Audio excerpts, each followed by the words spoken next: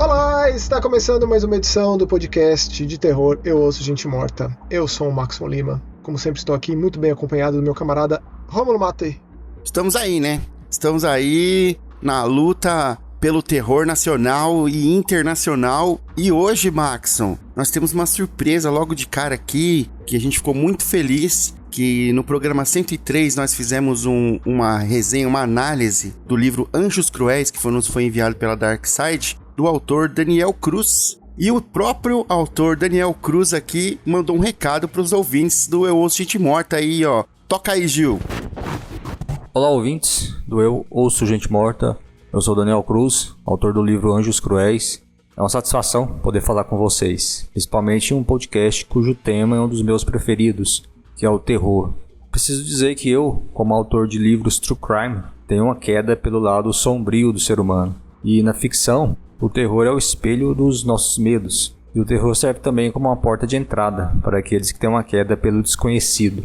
E eu, desde garoto, tive atração por assuntos que despertavam medo. Minha série preferida da história foi Arquivo X, que misturava horror, sobrenatural e ufologia. É possível que a série tenha tido um impacto na minha mente jovem. Meus episódios favoritos incluíam aqueles que apresentavam serial killers. Quem assistiu à série sabe que muitos desses personagens eram apavorantes. Alguns se encaixavam na categoria dos devoradores de gente. E muitos anos depois eu acabei me tornando um pesquisador exatamente de assassinos em série. Me intrigava porque eles faziam o que faziam. E em maio de 2023 eu publiquei o meu primeiro livro, chamado Jeff, na Trilha da Loucura. Jeff, na Trilha da Loucura, condensa a minha pesquisa de mais de 10 anos no caso do canibal de Milwaukee, Jeffrey Dahmer. É um calhamaço de 600 páginas que apresenta a linha evolutiva de um serial killer, do seu nascimento até a sua morte. Inclusive, uma informação que eu passo em primeira mão a vocês, esse livro terá uma segunda edição, que está prevista para ser lançada nos próximos meses. E em agosto de 2024 saiu o meu segundo livro, Anjos Cruéis, que foi tema do episódio 103 do podcast Eu Ouço Gente Morta. A maldade infantil é um tema tabu e tem muita gente que sequer gosta que certas informações sejam faladas ou divulgadas. Em tempos de internet também há muita desinformação e bolhas de conhecimento tratadas como verdades incontestáveis. Crianças têm uma áurea incauta e intocável em nossa sociedade, mas a realidade é que a maldade pode se manifestar desde muito cedo.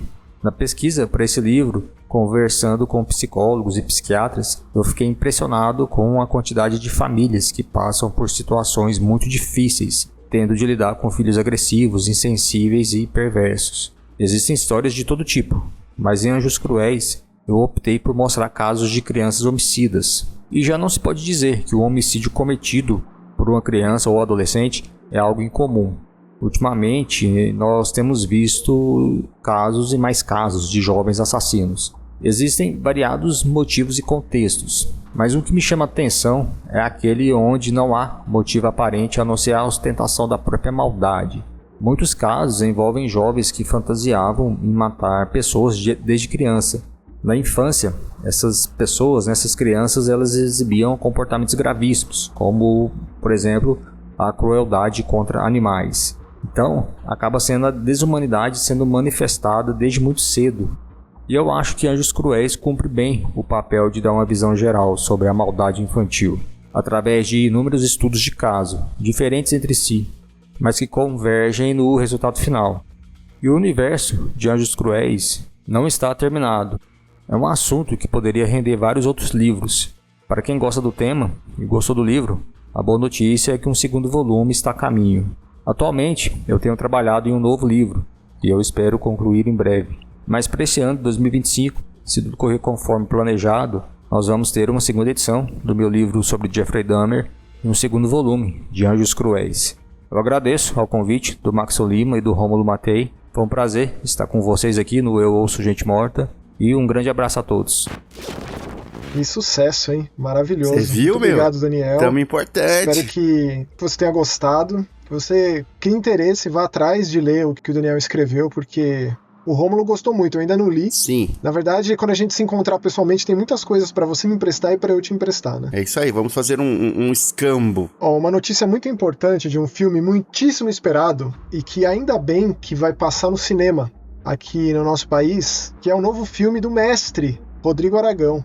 Então, Prédio Vazio, pode anotar aí, viu? Sério, anote, assista esse filme no cinema. Prédio Vazio, estreando no dia 12 de junho. E uma coisa, filme nacional, ainda mais de terror, fica pouco tempo em cartaz.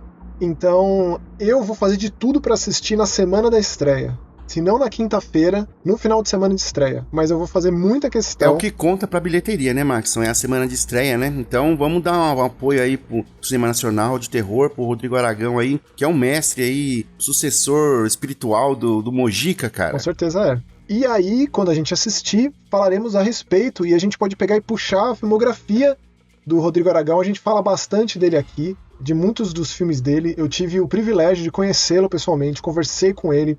Ele autografou todos os meus filmes, comprei um monte de coisa lá, vi. Inclusive, ele levou um museu itinerante dele, né, com várias das obras dele. Ele também, além de diretor, roteirista, ele é maquiador, ele faz efeitos práticos, prostéticos, ele cria os monstros, as criaturas dos seus filmes. E aí eu tive muito próximo de tudo isso, inclusive lá na primeira edição da Horror Expo, que pra mim foi o ponto alto, assim.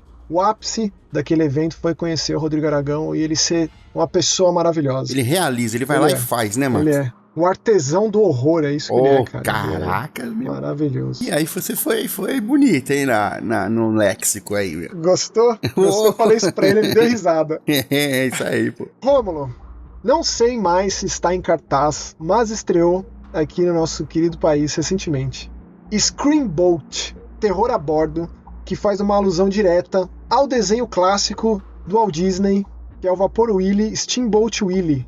Aquele primeiro desenho do Mickey. A gente falando de Rodrigo Aragão, daí passa pra essa porcaria aí, meu. Eu gostei. Toma essa. Ah, não acredito. Toma essa. Não, Toma essa. Não é, gostei. Não é possível. Me diverti. Esse filme, não conheci esse cineasta, Steven LaMorte, que é o cara que dirigiu e também escreveu.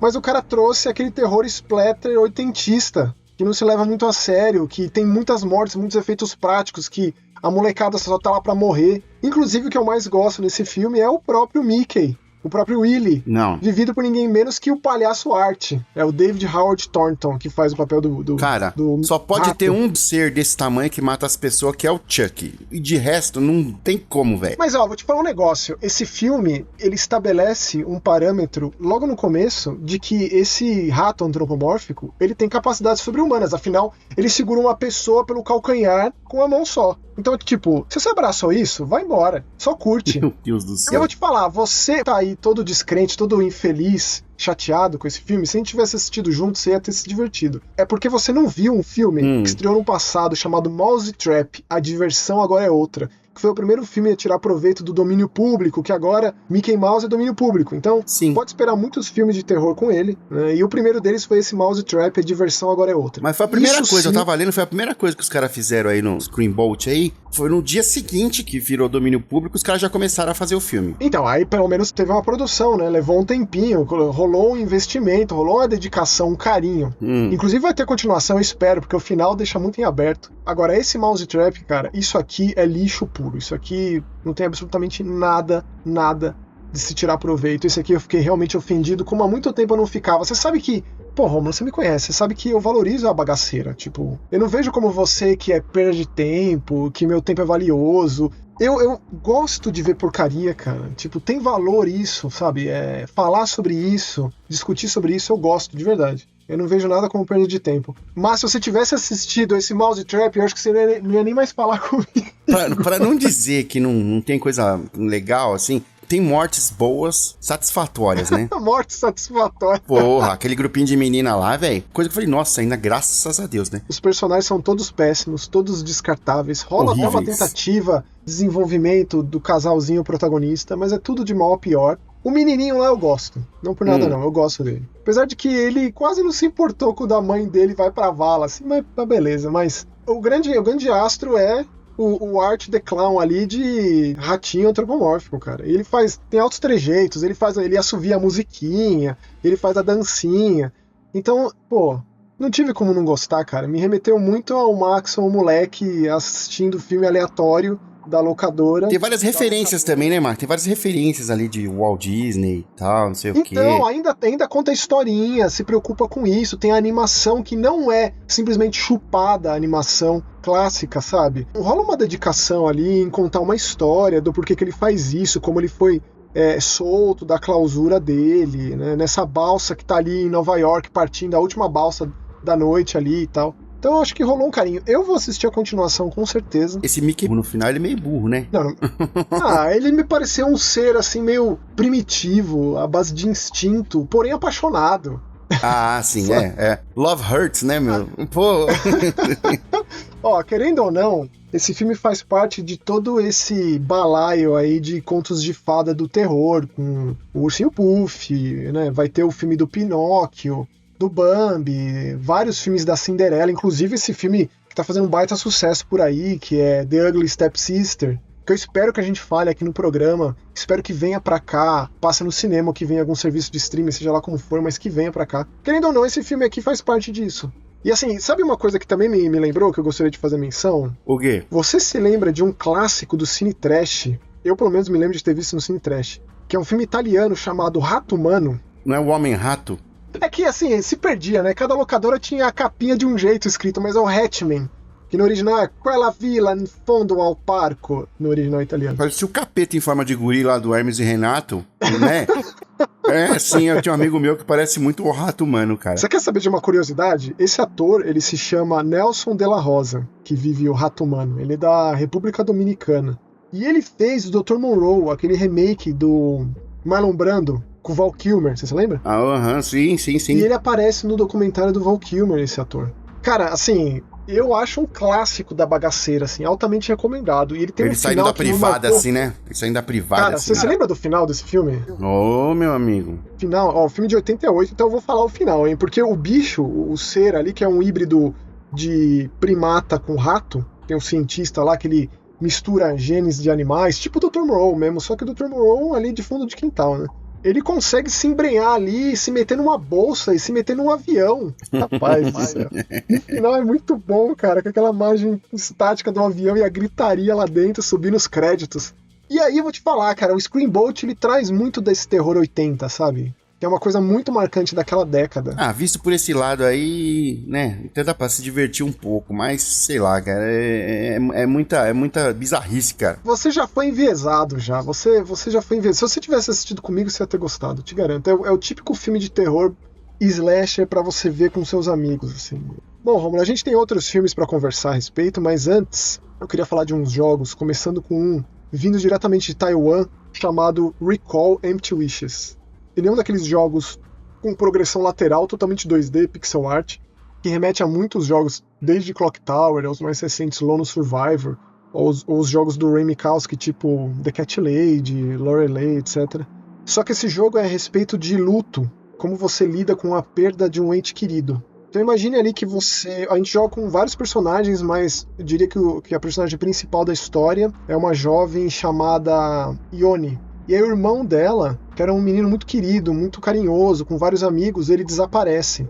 Então mostra as tentativas dessa menina de encontrar esse irmão, inclusive fazendo uso de mediunidade, de conversas e pactos com o além, e também o que acontece com a mãe desse menino. Do tipo, como continuar existindo, sendo que você não sabe o que aconteceu com seu filho, como ele desapareceu. Porém, você tem a sua filha ali muito próxima, né? Então, cara, apesar dele ter esse ar onírico e ele ir pra caminhos que não são, assim, muito pé no chão, diria, ele pega muito pesado, assim. Ele pelo menos pra mim, né, foi um soco na boca do estômago. Foi difícil, terminei esse filme, assim, choroso, me sentindo meio carregado, meio mal, assim. Apesar desse visual aí, todo estilizado, anime, bonitinho, exatamente. Os personagens são super deformes, com cabeção. Eu acho que tudo isso conversa com a proposta muito pesada do jogo. E acaba gerando um contraste, um mal-estar, assim. Como se fosse uma mensagem subliminar que você não consegue sacar. E eu acho que funciona muito bem, pelo menos pra mim. Entendi. Eu vi aqui o visual, parece um jogo adolescente, aqueles jogos de adolescente de encontro, sabe? Mas assim, eu acho que ele pode conversar com essa audiência, assim. Mas é interessante você revisitar esse jogo, dada a bagagem de vida mesmo. Porque com certeza você vai entender e assimilar coisas diferentes. Chama Puff Hook Studio, eu não sei se esse estúdio fez outro jogo, esse aqui foi o primeiro que eu joguei. Tá disponível em todas as plataformas, infelizmente sem texto em português brasileiro. E como esse aqui é um jogo que a história pega muito, e ele tem quebra-cabeça, assim, ele tem sequências de perseguição, são poucas, mas ele tem bastante quebra-cabeça. Nada muito complexo, mas se você não entende o que tá escrito ali, pode ser um problema. Então eu particularmente recomendo bastante, não só porque ele tem esse drama e essa carga pesada no roteiro, mas é porque ele é um jogo bem feitinho, sim, e eu gosto muito do tipo de gameplay dele. Existem muitos jogos de terror muito bons, que são assim também, e esse é mais um deles. No Steam, saindo por 46 pilas, 99 centavos. Recomendo. Minha alegria é falar de jogo indie. Pô, eu aprendo muito, cara, porque eu sou aquele cara mais... Eu só tenho console, que eu não jogo no PC, mas tem jogos que você fala aí que dá vontade mesmo de jogar, cara. Tá, eu acho que o próximo também vai dar, porque, tipo, terror sci-fi, terror com uma temática cyberpunk e tal, é um tanto quanto raro. Eu acho que Cyberpunk sempre tem um pezinho no terror, mas não abraça. Por exemplo, o próprio Cyberpunk 2077 tem muita coisa de terror ali no meio, cara. Coisas assustadoras ali no meio. Até porque esse terror que se mostra tão distante dentro da narrativa da história, a gente vê que tá, na real, bem perto aqui da realidade, né? Bem próximo, assim, da nossa rotina, vivência. Eu fico assustado com isso. Então a gente vai de Taiwan para um estúdio em Toronto chamado Rocket Adrift. Então esse é um jogo chamado Psychroma. Ele conversa com o Recall em termos de gameplay, mas ele é mais um adventure, ele parece mais um point and click clássico, né? Mas é bem mais simplificado, então não dá nem pra dizer que ele tem aquele monte de coisa cabeçuda, de usar aquele monte de item, com aquela barra de função e de tarefas e tal. Ele é mais simplificado, ele é mais focado na própria história que ele conta. Porque ele se passa quase que todo dentro de uma casa, é uma casa de pessoas à margem da sociedade, digamos assim. E você acorda como uma pessoa sem memória. E assim, eu vou te falar, sempre que eu começo controlando um personagem com amnésia, eu penso, pô, tá, beleza, né? Isso aqui é um dos grandes arquétipos de qualquer tipo de narrativa. Então que o jogo faça bom uso disso, e esse aqui é um desses casos. Ele faz muito bom uso disso.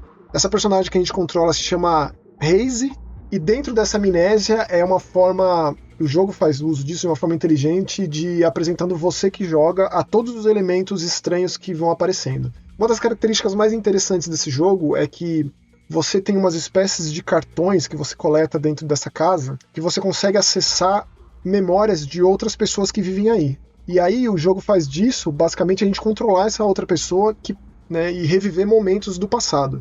E é assim que você descobre coisas obscuras que se passam nessa casa, o passado obscuro dessa personagem que a gente joga e de vários outros que a gente encontra ali. Então é uma aventura breve, o Recall também é breve. Esses jogos, né, o Recall, o Psychroma aqui, são jogos de tipo 3 horas, 4 horas. Eu acabei ambos os jogos em uma sentada, assim, foi tipo uma madrugada pra cada um.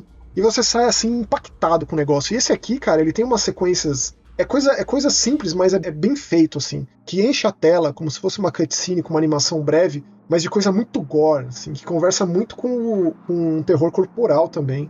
Que é essa coisa da máquina, da carne da máquina se fundindo, sabe? Eu achei muito, muito legal o uso dos pixels aqui, o gráfico e a arte. A arte toda do jogo. Nossa, é muito bonito. O que eu tô vendo aqui, as imagens, né? Bizarrice é o que não falta, né? Tô vendo aqui um próprio Steam aqui, cara, e acabei de assistir o trailer, né, de jogabilidade do Psychroma. Cara, é muito bonito. É um estilo gráfico que me agrada muito, porque ele lembra mesmo um cyberpunk, assim, só que meio noir, né? Com certeza. Ele tem esse terror futuro do pretérito, né? Por conta das cores, mas os monitores de tubo, né? Assim, Isso. É jogão. Jogão também, disponível em todas as plataformas também. O que é raro, viu? Na verdade, assim, esses jogos, eles saíram no PC já faz um tempo. Então, nem sempre a gente fala de lançamento aqui necessariamente. O que para jogo indie de terror é uma coisa boa, até porque muitas vezes esses jogos chegam a outras plataformas daí um tempo, né? O Psychroma é esse caso, ele foi lançado no PC, saiu na metade do ano passado e recentemente chegou a outras plataformas. Na Steam ele tá por R$ 46,99. E esses jogos, vale a pena colocar na wishlist, né? Adicionar a lista de desejos, não só porque isso também sempre ajuda os desenvolvedores, mas também porque sempre que tem uma promoção, você fica sabendo. Qualquer console, você deixa o jogo na tua lista de desejos, se você permite isso, evidentemente, né? Mas eu sempre recebo e-mail, então, esse jogo aqui, que tá na tua lista, tá com promoção. Então é muito comum isso acontecer, pegar esse jogo por metade disso. Mas eu acho que esse preço, médio de 40, 50 pau nos jogos desses, eu acho, assim, justíssimo. São jogos muito bons, assim, muito impactantes. Né? Breaking news aqui, acabei de ver, o Asleep Ato 1 tá por R$3,99, cara. Olha isso. 80% de desconto. Maravilhoso você ter dito, Rômulo. A gente ia falar do Asleep Ato 2 nesse programa aqui. Ele foi lançado semana passada, mais precisamente no dia 8 de maio. Mas como ele saiu com alguns problemas e já tá sendo resolvido, vai sair patch de correção e tal, eu ainda não consegui terminar. O Asleep Ato 1 eu terminei também numa madrugada, foi muito intenso, a gente falou bastante do jogo aqui, tanto o Rômulo quanto eu, a gente apoiou esse jogo no financiamento coletivo, né? Então assim, a ansiedade pelo Ato 2 é gigante. Esse tipo um miolo do jogo, porque também vai ter o Ato 3 que vai fechar, não sei quando vai sair. Então assim, quando a gente tiver terminado o jogo, tiver sido lançado, tiver funcionando direitinho, sem dúvida, a gente vai falar mais aqui. Lembrando que na semana que vem, excepcionalmente, a gente vai ter mais um episódio do Eu, Gente Morta por conta da gente ter vacilado na semana passada. Então, no decorrer do programa, a gente dá uns spoilers sobre o que vai ser o programa da semana que vem, até porque tem muito filme saindo, né? Essa semana mesmo saiu Premonição, a gente não conseguiu puxar tão assim em cima, né? Sempre são os programas que a gente tem mais audiência, Romulo, são os que a gente fala do filme que saiu naquela semana. É verdade. Infelizmente, nesse caso, a gente não conseguiu. Mas a gente vai falar com certeza, não só isso, mas também o aniversário de Premonição, né? 2025 marca um aniversário redondo da franquia. Então a promessa fica que quando a gente for falar do Premonição 6, que também é a despedida do Tony Todd no cinema, né? Um filme com uma carga emocional gigante. Nossa, a gente vai falar da franquia. Que perda pro cinema de terror e o cinema em geral, né? Mas, pô, o Tony Todd aí descansa em paz, né? Já faz muita falta. E o que a gente vai falar agora, Romulo? E agora a gente vai falar de mais filme que foi lançado em 2023, né? E chegou só agora pra gente, que é o Desconhecidos, cara. Strange Darling. Strange Darling, exatamente. Que é um filme que, assim, ao contrário do Screamboat, eu gostei. Vou dizer pra você, hein, Maxon?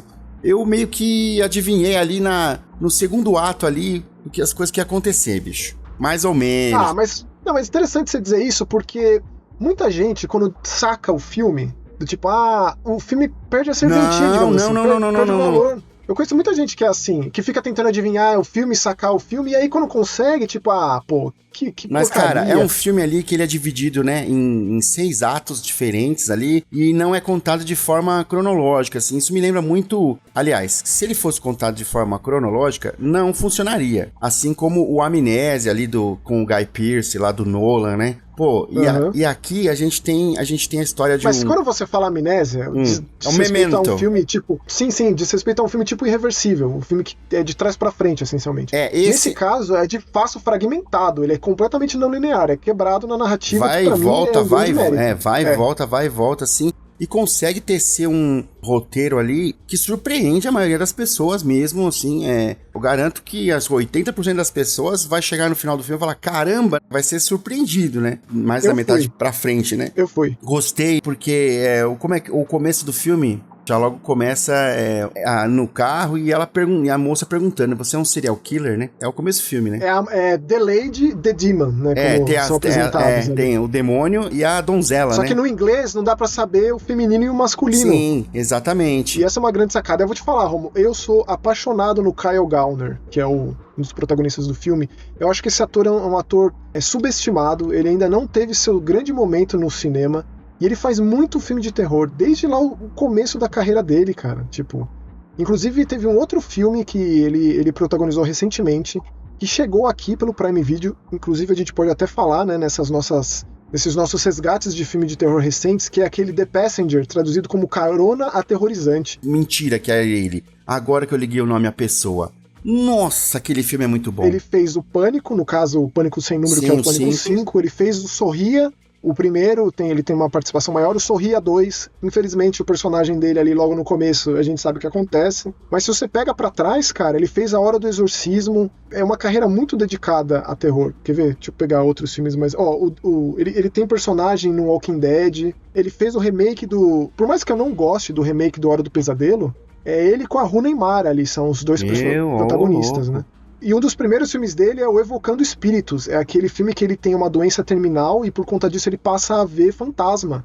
Você lembra desse filme? É o Haunting in Connecticut. Sim, lembro. Cara, assim, eu não tinha ligado o nome à pessoa e ele tá muito bem nesse filme, hein? Adoro esse ator, cara.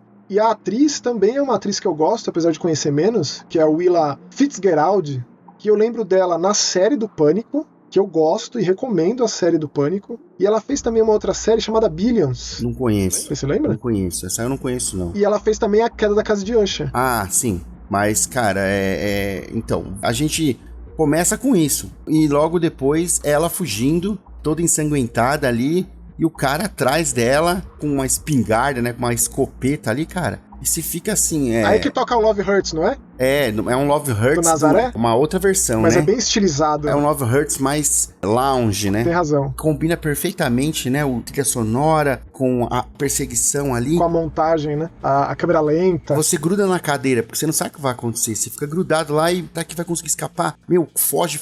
E aí vai e volta. E você é surpreendido, cara. Você é muito surpreendido aí no Desconhecidos, né? Strange Darling. Não sei por que cargas d'água.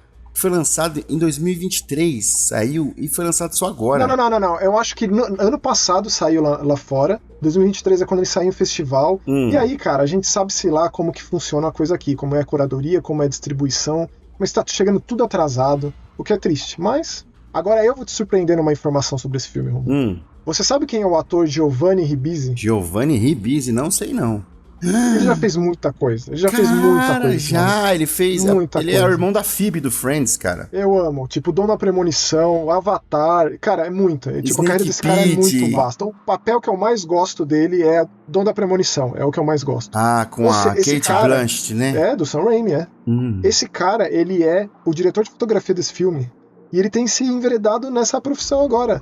Diretor de fotografia. Cinematographer. Ele tem uma filmografia absurda, cara. Ele tem um filme com a Juliette Lewis, chama The Other Sister. A tradução é Simples Como Amar. Já viu esse filme? É muito bom. Não, nunca vi. É absurdamente maravilhoso esse filme. É assim, é pra mostrar como... Tipo, são dois grandes atores no seu auge ali. Juliette Lewis, Giovanni Ribisi. Aí tem a Diane Keaton também.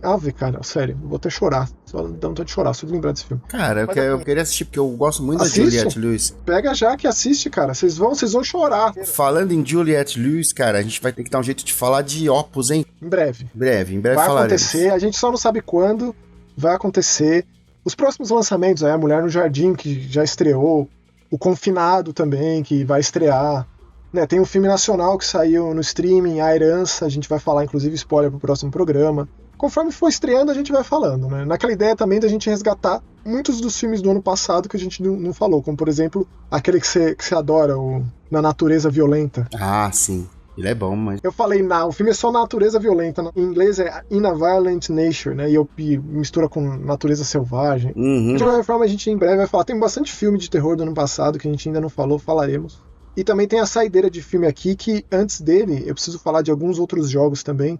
Até porque recentemente a gente falou, Rômulo, daquele relançamento da Darkseid do Rei de Amarelo, né? Que é uma das obras de terror mais celebradas por ser uma grande influência na carreira do Lovecraft, escrita pelo R.W. Chambers. Esse jogo aqui é de um estúdio chamado Chameleon 42, um estúdio do Chipre, e chama Chorus of Carcosa. Carcosa a gente já sabe, né, que é o reino ali, né, do Rei Amarelo ali, né? Exatamente. E aí, qual é que é, né? A gente joga com um artista plástico que vive ali enclausurado no seu apartamento, que é um baita apartamento. O cara tem o ateliê dele ali com várias obras de arte, umas coisas muito assustadoras. E fica claro que esse sujeito, ele tá sendo influenciado por forças que nem ele mesmo consegue descrever. Não só ele, mas também esse complexo de apartamento onde ele tá. O que força ele a sair dessa casa, desse apartamento, é que a vizinha dele, desesperada, bate na porta, ensanguentada, pedindo ajuda. A partir do momento que isso acontece, na verdade antes disso, né, alucinações e aquela coisa de sonho verdade e dessas coisas se misturarem, se mesclarem, já mostra que é parte do cotidiano dessa pessoa. Só que quando esse artista aí passa a explorar o complexo ali onde ele mora, que a coisa vai pegando de verdade. Então esse é um jogo que ele é rápido também, são cerca de 3-4 horas para terminar. Ele pode ser encaixado dentro desse famigerado formato de Walking Simulator, do FPX, o First Person Experience, que é mais focado em caminhar, explorar, resolver quebra-cabeça, coletar itens e tal, e também fugir de algozes dado determinado ponto da história. Eu particularmente gosto muito, eu sempre gosto de deixar claro esse tipo de jogo, porque eu sei que muita gente não curte. jogo sem sistema de combate, digamos assim, sem um inventário mais elaborado. Em termos de gameplay, é sim um jogo mais simples. Visivelmente, a dedicação do estúdio aqui ficou no visual. O gráfico é muito impressionante, a ambientação é fantástica. Poderia ter tido uma paisagem sonora melhor, porque eu acho que não condiz com o gráfico, que de fato é. Eu tô vendo o gráfico aqui, cara, e jogo realmente sobressai. é muito bonito. Me lembra um pouco, sabe o quê? Uma mistura de PT com The Room, cara. Com Silent Hill ali. Faz muito sentido. O que o Playable Teaser criou, na verdade popularizou com relação ao lance do cíclico, de ser ali um corredor em L, que se repete, que cria algo cíclico. O que esse jogo fez com isso, ele é, assim, replicado em inúmeros jogos de terror, inclusive nesse.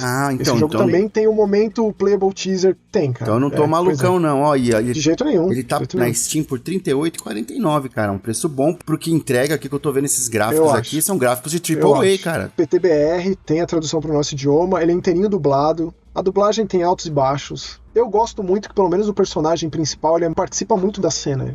Muito jogo de terror que prefere omitir, abrir mão do personagem principal, especialmente quando ele começa o desespero, começa a ser perseguido. Esse personagem, ele, às vezes, comenta até demais o que tá pegando. Mas eu prefiro. Então, assim, eu gostei. Teve quebra-cabeças que eu quebrei a cabeça pra resolver. Não é assim tão simples. Ele tem uma mecânica muito mal aproveitada, que é o de você prender a respiração pra passar por determinados momentos, determinados trajetos. Até porque, assim, os momentos de perseguição... Você prende a respiração com um botão? Como que você faz? Segura um botão e ele põe a mão na boca, assim.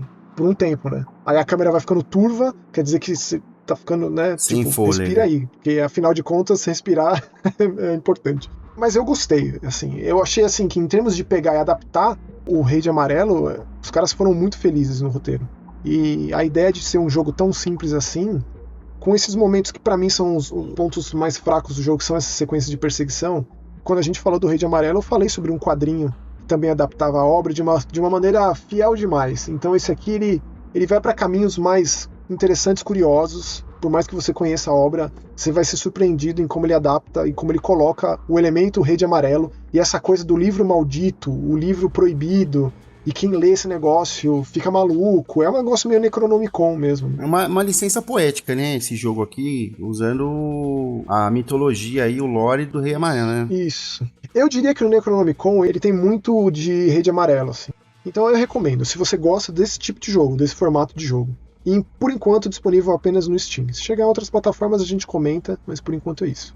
E o último jogo, o jogo pra fechar, é um jogo que, de todos os que eu falei aqui, foi de longe o mais intenso em termos de gameplay, que chama Finding Frankie. Querendo ou não, esse jogo conversa com todos esses jogos de terror que fazem uso de mascotinhos, de animatrônicos, de bichinhos de pelúcia, popularizados pelo Five Nights at Freddy's, né? O Five Nights at Freddy's foi uma explosão em muitos aspectos pro gênero terror, na minha opinião, o último grande jogo de terror revolucionário em formato. Esse jogo ele faz uso só dessa ideia do mascote. Então existe um programa de TV e as crianças adoram, né, esse próprio Frank, que ele tem o seu parque de diversões ali. E aí tem o lance de que tem muitos produtos desse Frank, que ele é como se fosse um coelho de cartola, com os braços de mola e tal. Existem os amiguinhos dele, é aquela Vila Sésamo do terror. A gente falou do My Friendly Neighborhood, né? Assim, faz um tempinho, mas assim, eu amei aquele jogo de 2023, My Friendly Neighborhood. Então esse aqui é isso, existe esse cereal matinal do Frank, que uma criança sortuda pode ser dado que vem ali dentro, escolhida, na verdade ter a sorte, né, de achar lá dentro, um ticket que eu achei bizarro, tipo um VHS, que você é convidado para participar desse parque, que é como se fosse uma corrida, como se fosse um passo-repassa, um negócio, sabe? São uma prova de parkour, assim, com a molecada correndo, a molecada... Eu achei genial por parte do jogo de colocar uma máscara, porque a molecada é atrucidada nesse jogo por esse Frank assassino. Então, apesar de ser single player, ele vende essa ideia de que, pô, você tá numa corrida ali para ser o primeiro, para ser o vencedor do prêmio. Então, em termos de gameplay, esse jogo ele é muito intenso. É em primeira pessoa, você tem que correr, pular, escorregar, agachar, subir nas coisas, trampolim, por aí vai. E são várias provas. Então é uma tensão muito intensa em cada uma dessas provas. Especialmente, tipo, eu acabei de falar, né? O Carcosa ali tinha sequências de perseguição muito ruim. Esse jogo aqui tem sequências de perseguição, assim, excelentes. Excelentes, tensas. Você sai desse jogo aqui destruído, sabe? Pescoço duro, assim. À primeira vista, assim, os gráficos que você vê são coisas inofensíveis, né? personagens infantis, mas a gente já conhece, já sabe como é que o terror pode transformar isso em algo desesperador, né? É excelente esse jogo. Amei. Esse jogo ele saiu no final do ano passado no PC e recentemente foi lançado no PlayStation 5, por enquanto só tá disponível nessas plataformas. Se eu tivesse jogado ele ano passado, com certeza eu teria colocado entre os meus favoritos, porque foi, assim, excelente o jogo, cara. Não é todo dia que você tem um jogo que é basicamente um jogo de ação, plataforma em primeira pessoa, muito aterrorizante, muito tenso. As criaturas que aparecem, cara, tem um amiguinho do Frank, é tipo um cabeça de telefone. O labirinto desse cabeça de telefone é muito aterrorizante. Muito. Eu joguei de fone no escuro, você cria aquele climão, assim. Então foi jogaço, cara. Jogaço. Altamente recomendado se você quiser um jogo de terror que exige mais do gameplay. Muita corrida, pular aqui, esquivar ali, escorregar. Muito recomendado Finding Frank. Baita jogo, cara. Baita jogo. Beleza, cara. Eu fiquei curioso, assim. Eu não sou muito fã dessas temáticas aí, porque coisas inofensivas aí, esses negócio de palhaço, essas coisas aí, eu tenho um pouco mais de medo. É mesmo, é? Pô, eu não gosto muito não, né? Não chego a ser um courofóbico, né? Mas eu não sou muito chegado, não.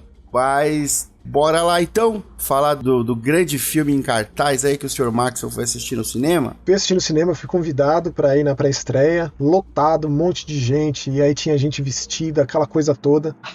E me faz pensar, né? A gente tá aí às vésperas do aniversário de 10 anos de Until Dawn. 10 anos já? 10 anos, vai fazer no dia 25 de agosto. 25 de agosto, 10 anos do Until Dawn, que a Supermassive começou com essa empreitada desse tipo de terror focado em narrativa, em Quick Time Event, com gráfico fotorreal, essas tomadas de decisão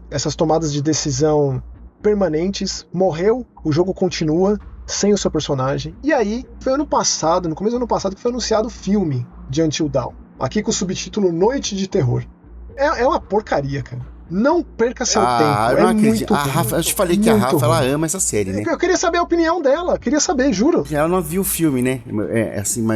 Ela vai provavelmente ver o filme. Compartilho com vocês aqui. Mas acho que foi uma das primeiras experiências que a gente teve de jogo de terror juntos. Então talvez tenha esse negócio de memória afetiva e tudo mais. Mas ela adorou o lance dos adolescentes lá. O jogo é um filme de adolescente em acampamento, quase, vai dizer assim, né? Vamos dizer assim. A cabana, é filme de cabana, né? Terror de cabana, isolada, na neve, a molecada ali, hormônios à flor da pele, etc e tal. É o clássico básico desde sempre, assim. Então, o jogo funciona. Por mais que eu não tenha gostado na época, a Supermassive foi me ganhando conforme outros jogos foram sendo lançados. Infelizmente, Until Dawn é uma franquia subaproveitada pela Sony. Na época, foi lançado outros 2 jogos de VR, exclusivos de VR, que é o Rush of Blood, que é uma montanha-russa de terror muito boa, e o The Impatient, que funciona como um prólogo dos eventos de Until Dawn. Muito bom, cara. Então, assim, pra mim o Until Dawn de 2015 é a parte mais fraca dessa história.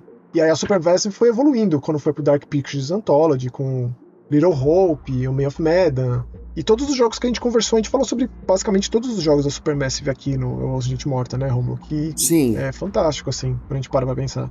Aí qual é que é, né? Eles fazem esse filme 10 anos depois, né? Ano passado, muito próximo do remake do Silent Hill 2, eles lançaram um remake do Until Dawn, né, que a gente conversou sobre aqui também, e eu inclusive me lembro de ter dado pontos positivos para quem gostava do jogo original.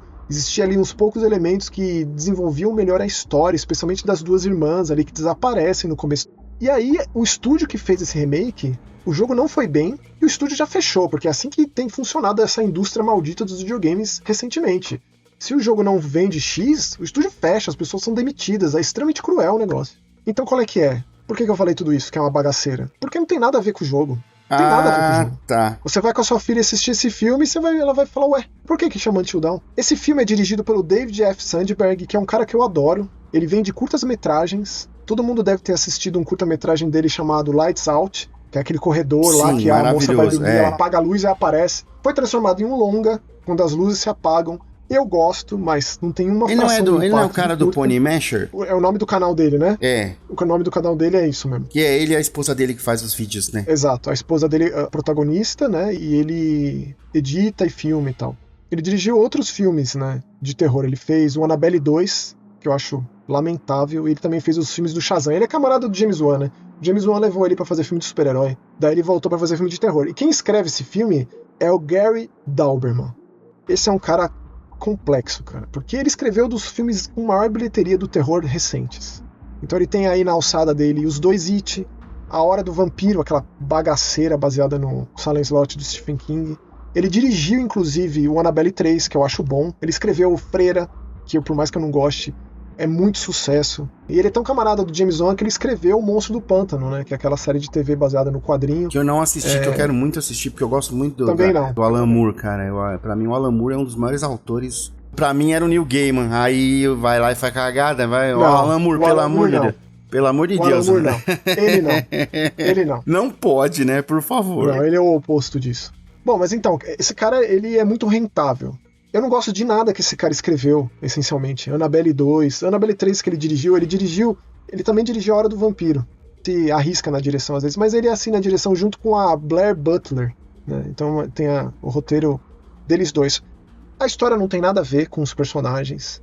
Assim, se você ficar satisfeito com migalha do jogo aqui, você pode até, pegar naquele clássico momento Leonardo DiCaprio apontando pra tela, assim, pra tirar algum proveito. Inclusive, eu vou te falar, cara, a Blair Butler, ela escreveu Parque do Inferno, filme de 2018 que eu acho muito bom. Mas ela escreveu também O Convite Maldito e Morte Instantânea, que são 2 filmecos, assim, meu Deus. Aí, qual é que é a história? A história é que tem 2 irmãs que ainda vivem um luto pela perda da mãe. Uma delas, a Clover, vivida pela Ella Rubin, sofre uma outra perda, porque a irmã dela desaparece. A última mensagem que ela tem dela é um vídeo na frente de uma lanchonete de beira de estrada, de posto de gasolina de beira de estrada. Então ela e uns amigos vão atrás da irmã. Inclusive tem uma personagem nesse filme chamada Nina, vivida pela atriz Odessa A'zion. Talvez vocês se lembrem dela, dessa atriz, pelo último Hellraiser. Ah, é. Cara, ela faz um papel muito semelhante. Ela só não é viciada em drogas igual ela é no Hellraiser. De qualquer forma, quando elas partem na busca da irmã perdida, tem a primeira deixa de qualquer tipo de conexão com o jogo, porque aparece, que são os únicos momentos que esse filme se sobressai, que é quando aparece o Peter Stormare em tela. No caso aí, ele tá ali trabalhando como atendente nesse posto de gasolina. E aí ele é aquele clássico personagem de filme de terror, manda mensagens encriptadas e assusta as personagens, e vocês estão num lugar amaldiçoado, vai todo mundo morrer. No Screamboat tinha esse velho também, né? O velho maldito que fala essas coisas. E aí eles entram em como se fosse um espaço-tempo isolado, onde é uma noite cíclica. Eventos cíclicos acontecem, no melhor estilo Feitiço do Tempo, do Bill Murray. E eu, inclusive, até fiz uma listinha de outros filmes dentro dessa premissa, que são muito bons, recentes, e que fazem isso muito melhor do que esse Until Dawn. Porque, Rômulo, qual é que é, cara? Essa proposta não tem absolutamente nada a ver com o jogo. Tá, beleza, o jogo, os personagens eles morrem e acaba o jogo. Os personagens podem morrer de várias formas. Então o cara que escreveu o roteiro pensou, beleza, então eu vou fazer um filme onde os personagens morrem de várias formas, mas eles voltam. Então qual é que é? O lance do filme é, eles precisam sobreviver até o amanhecer. Until Dawn, exatamente. É deprê, cara, é constrangedor. Então começa com o assassino mascarado, é a mesma máscara do jogo. Só que assim, ele vai trazendo coisas do jogo que no jogo faz um certo sentido e que aqui não tem nada a ver. Inclusive, o jogo foi escrito por Larry Fessenden, que é um gênio do terror. Dada uma das minhas maiores decepções quando eu vi que era ele o roteirista, e ele entregou uma história bem... Aí tem o lance dos Wendigo, né, o lance da mitologia indígena, que é tudo muito subaproveitado. Tudo que ele pega do jogo, diretamente do jogo, é extremamente subaproveitado, porque o grande lance é as mortes cíclicas, o lance de e aí, como a gente vai quebrar esse ciclo e sobreviver até o amanhecer para que, né? Porque assim, é um negócio um tanto quanto acumulativo. As pessoas, elas não voltam plenas, né? Elas voltam com uma espécie de avaria, digamos assim, da noite passada. E se começa com um assassino slasher clássico, o negócio vai ter até combustão espontânea, um negócio meio... Eu não acho... Cara, honestamente, assim, eu não me diverti. Eu não achei que funcionou, os personagens são extremamente qualquer coisa, do tipo, a gente não tem um mínimo de tempo para se ater a nada da história, para que esses personagens morrendo de várias formas, a gente crie, ou a gente sofra, ou a gente torça, de qualquer forma que seja, entendeu? Então, assim, para mim é um fracasso absoluto. Porém, existem efeitos práticos isso que eu ia perguntar, porque você tava falando tão mal. E o que tem de bom? Tem alguma outra, tem muita morte fora da tela. Alguns efeitos práticos funcionam. É um filme excessivamente escuro, não sei se foi bem a minha projeção, mas todo o design de produção, o cenário e tal é subaproveitado justamente porque não se vê muita coisa. Inclusive, eu vou dizer, existe uma elipse dentro desse filme no roteiro que não faz o menor sentido, e aí isso traz o que poderia ser uma das grandes cenas do filme, né? Um dos personagens usa celular e aí quando ele vai checar o celular dele, ele vê vídeos que ele fez que ele não se lembra de ter acontecido. Então, assim, é um filme que tenta ir pra tudo que é lado, se perde por completo, em especial em tentar trazer a audiência do jogo ou comprar uma nova audiência para um suposto novo jogo. Tem um boato de um Until Dawn 2 há muito tempo, né? Porque a Supermassive tá em outra. Não tem nada a ver com esse filme. O Larry Fessenden e o estúdio dele, que ele tem uma produtora de filme, também não tem nada a ver. Inclusive, eles até postaram no dia da estreia do tipo, a gente não tá nos créditos, mas as pessoas estão se lembrando da gente. Postaram um monte de matéria da Fangoria, do Blood Disgusting, lembrando que quem escreveu, quem teve participação no Until Dawn de 10 anos atrás foi o Larry Fessenden, a produtora dele, né? Então isso aqui, cara, pra mim é um fiasco completo, com certeza entra na lista das piores adaptações de videogame, absolutamente esquecível e que eu acho que, tipo, acabou essa franquia. Se a Sony anunciar um Until Dawn 2, que ótimo, vou jogar, com certeza. Mas dado o fechamento do estúdio que fez o remake, o fiasco do remake, o fiasco da bilheteria desse filme, eu acho que foram muitas as oportunidades perdidas, sabe? Muitas. Eu acho que esse filme nem se tivesse saído 10 anos atrás pra tentar conversar com o lançamento do jogo, eu acho que ainda assim... Sei lá, eu só quero saber a opinião da sua filha, Romulo, de verdade, assim. Vou ligar pra ela, vou mandar um dinheirinho pra ela, falar, Rafa, vai ao cinema, assiste e depois me conta. Triste, cara, triste, deprimente esse filme, é o que eu tenho pra Mas falar. se for ruim, ela vai ficar vou brigar com você, meu. Bom, e agora, depois de falar de tantos jogos e filmes duvidosos aí, jogos não tão duvidosos, mas os filmes foi meio duvidosos, né, cara? Vamos para a Ágora Profana. Começa agora, Ágora Profana. Puxa aí o primeiro comentário, então. Bom, um camarada aqui que eu não me lembro de ter visto ele aqui antes. Dudu Torres, 1237. Bem-vindo, Dudu. Bem-vindo. Salve, Maxon. Salve, Rômulo. Ouço o podcast há um tempinho, mas é a primeira vez que comento aqui, nesse recinto tão bem frequentado. Pô, Dudu, volte mais, comente mais. É com certeza a nossa parte preferida dos programas. Pecadores é com certeza um grande filme. Fui com expectativas bem moderadas e sempre sem pesquisar muito sobre. Na medida do possível, porque cinema não é barato, RS, realmente. É verdade. E me surpreendi bastante. Quando você acha que o filme vai ficar nos clichês básicos apenas, ele continua entregando, e quando você pensa que tá bom, ele ainda entrega mais um pouco. Concordo muito com o Rômulo. Ele apresenta um produto com uma roupagem super produção de Hollywood, mas com muita autenticidade e assinatura própria nas escolhas que vai agradar tanto quem quer pipocão apenas, quanto quem tá afim de ver muita coisa diferente no cinema de terror. Achei incrível o papel da música no filme. Aquela primeira cena musical coletiva é absurda. Acho que transcendi junto ali. Quem também, tava no cinema lá e tava entregue ao filme ali, todo mundo acho que teve um arrebatamento ali, viu? Obrigado pela recomendação do Look Outside, Maxon. Tô jogando há um tempo e tô cada vez mais envolvido com a história bizarra do jogo. Ansioso pelo próximo episódio do Silent Hill Database. Sou fã inveterado da série e fiquei muito satisfeito com os episódios até então, em como vocês têm analisado os jogos e muito tocado com o relato emocionante do Rômulo. Gosto muito da dinâmica de vocês dois e que venham muitos anos mais de Ouço Gente Morta e Mais Que Horror. Olha que mensagem maravilhosa, cara. Obrigado, Dudu. Volte sempre. Ganha o dia, assim. Casa de vocês, cara. Aqui é o espaço que vocês têm pra falar. A gente sempre vai ler os comentários. A gente espera por isso, né? O programa inteiro é tudo pra uma preparação pra isso, né, cara? É um subterfúgio pra isso. Exatamente, cara. Então, obrigado, Dudu. Seja bem-vindo, volte sempre. E você tem se emocionado aí, eu me emocionei também, mas é que eu sou meio bunda mole, aí eu sei lá, cara. Eu fico. Manteiga derretida. Fico meio besta, né, meu? A gente vai voltar com o Silent Hill Database, a gente vai voltar com uns vídeos bonitinhos, com os trailers passando, em breve. A gente não sabe exatamente quando. Em breve. A promessa, assim, que certeza vai voltar o Silent Hill Database, é que se do nada for anunciado o filme, a gente vai falar do filme. Se do nada for anunciada a data de lançamento do Silent Hill F, a gente vai falar. Então, a promessa de que, pelo menos, quando a gente tiver essas certezas dos lançamentos, a gente fala. Mas a gente quer voltar antes, a gente já tem um monte de pauta, mas vai acontecer aí, obrigado, viu? Sabendo que você gosta, pô, a gente fica muito feliz. Então é isso aqui, ó. Então vamos lá. O João Nascimento 44. Fala, meus queridos.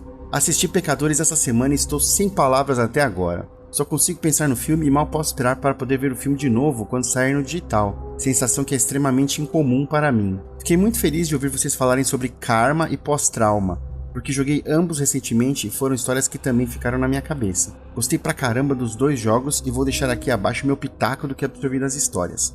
Quem também jogou e quiser discutir, vou adorar ler. Se estiverem lendo no podcast, fica a critério de vocês pular ou não para evitar os spoilers na orelha de quem está ouvindo. E aí, Max, a gente lê ou não? Não lê, mas já tá o aviso aí, né? Se você pretende jogar o Karma, o Mundo Sombrio, e o Pós-Trauma, são 2 jogos de terror lançados recentemente, pula um pouquinho aí, porque pelo que eu tô vendo aqui por cima do que o João escreveu, são interpretações muito interessantes, diferentes das minhas. Posso ler uma delas? Manda lá. Eu vou ler o Karma, você lê o Pós-Trauma então, tá? Tá bom. Durante todo o jogo, nós somos mais um em uma enorme pilha de clones de Daniel McGovern, todos feitos com o intuito de investigar as memórias do rapaz e assim descobrir a chave para dominar os poderes de Lisa McGovern, poderes esses que teriam sido despertados graças a experimentos com uma substância desconhecida que me lembrou muito o livro The Deep, do Nick Cutter. Mas já tem uma coisa nova para ler aqui.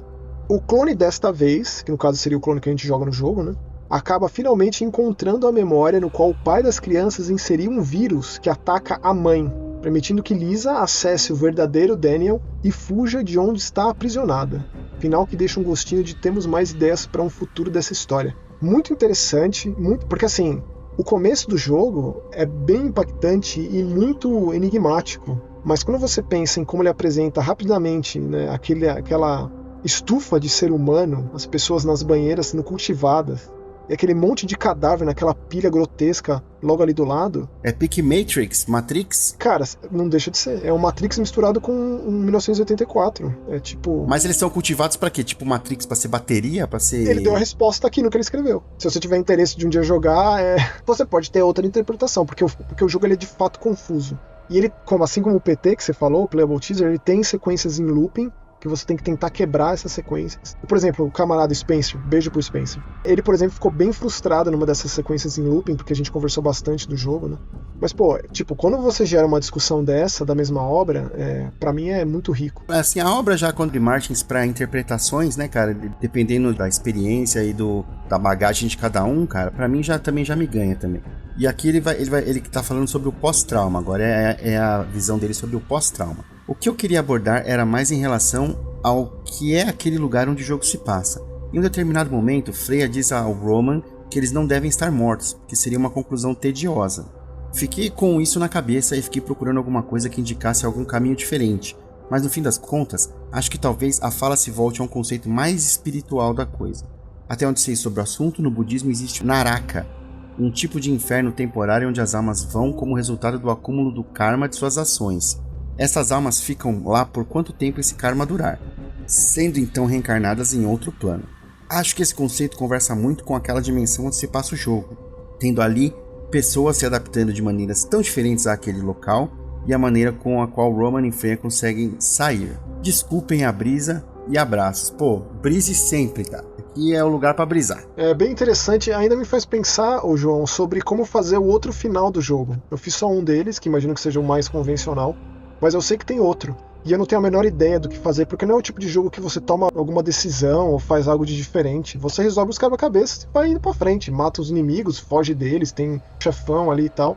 Mas não tem nada assim de que ponto específico você faz algo que muda o desfecho. Pô, se você souber, já me fala já no seu próximo comentário, porque eu também pensei que fosse isso, seja Naraka, seja Limbo, é uma espécie de terreno transitório, digamos assim, independentemente de crença, religião, porque ele não deixa de ser uma mistura entre algo que a gente conhece, né, algo de próximo à realidade, seja o cenário da escola ou até mesmo uma estação de metrô, e uns absurdos, assim, uns absurdos que o próprio Roman comenta no começo, isso só pode ser um sonho, né, ou o pior dos pesadelos, né, essa coisa pulsante, essa coisa que parece um tanto quanto vivo, um tecido de fato. É interessante pensar que pós-trauma pode dar pano pra manga. Eu desde que acabei não tinha pensado mais ou conversado a respeito.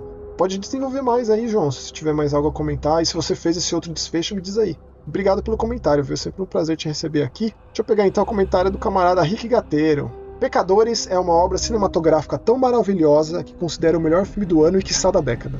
O último filme que me deixou assim foi Mad Max, Estrada da Fúria, Fury Road. Pra você ver como a coisa é, né? O Mad Max, ele é cinemão, entretenimento, é aquela coisa que não para, não freia, e ainda assim conversa com pecadores, né? Ainda assim dá pra criar... Que também não deixa de ser cinemão, Max. Só que tem um porém ali, um quiprocó a mais ali, né, bicho? Quiprocó, exatamente. Valeu, Rick. Sempre um prazer te receber aqui.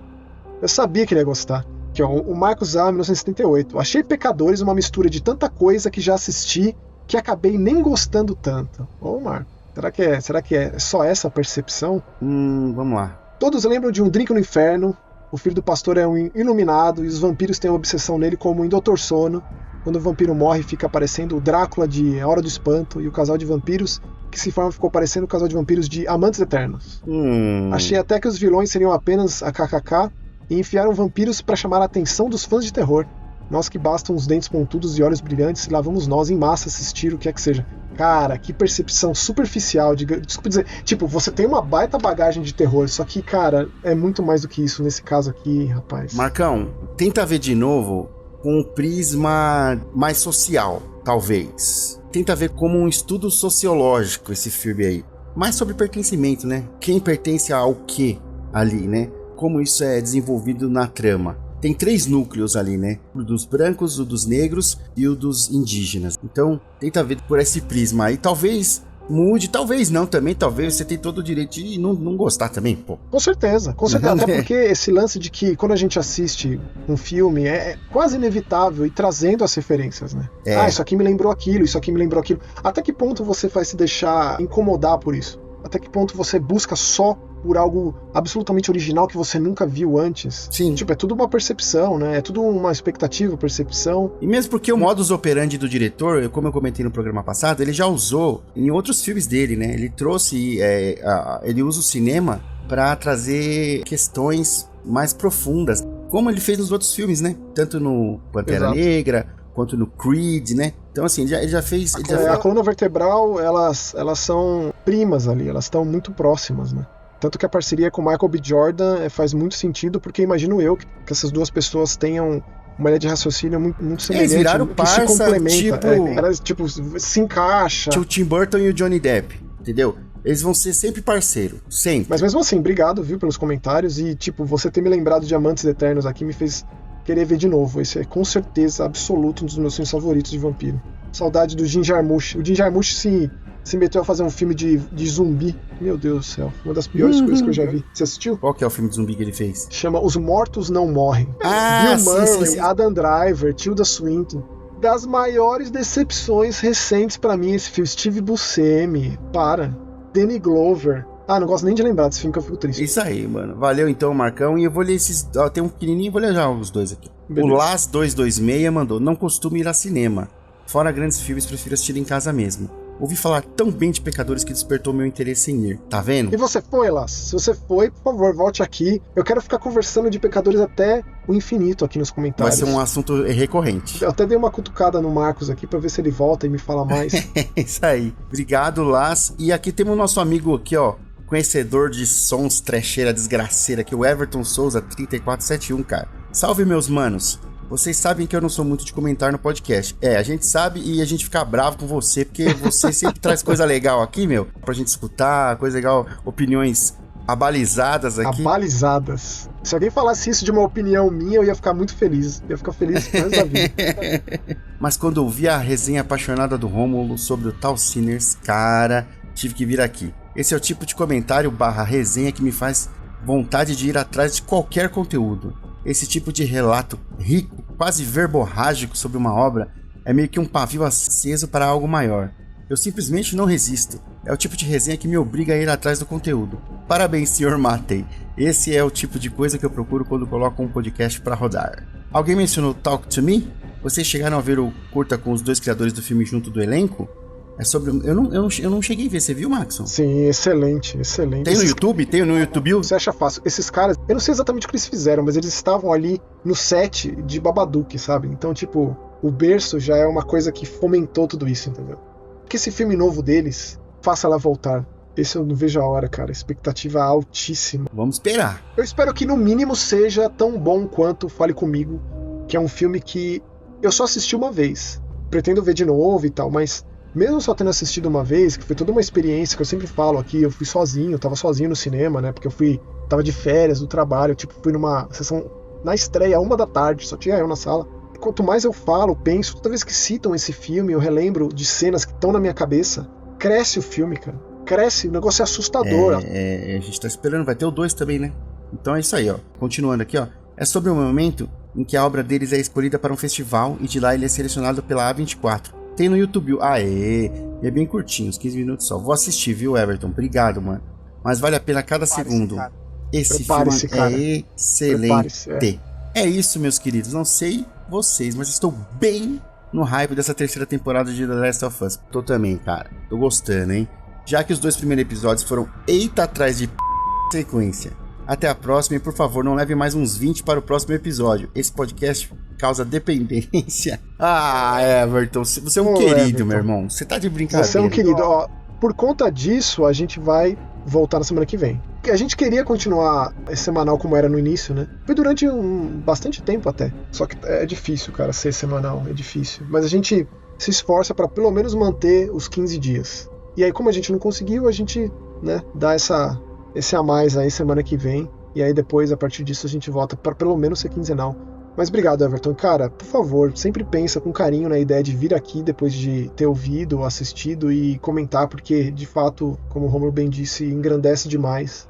É sempre muito maravilhoso ler o que você tem a falar sobre as nossas coisas e, né, você assistiu Pecadores? Se você tiver assistido, por favor, que nesse episódio aqui você fale a respeito, o que você achou, se as expectativas foram correspondidas, se você se decepcionou, porque o negócio estava bem alto mesmo.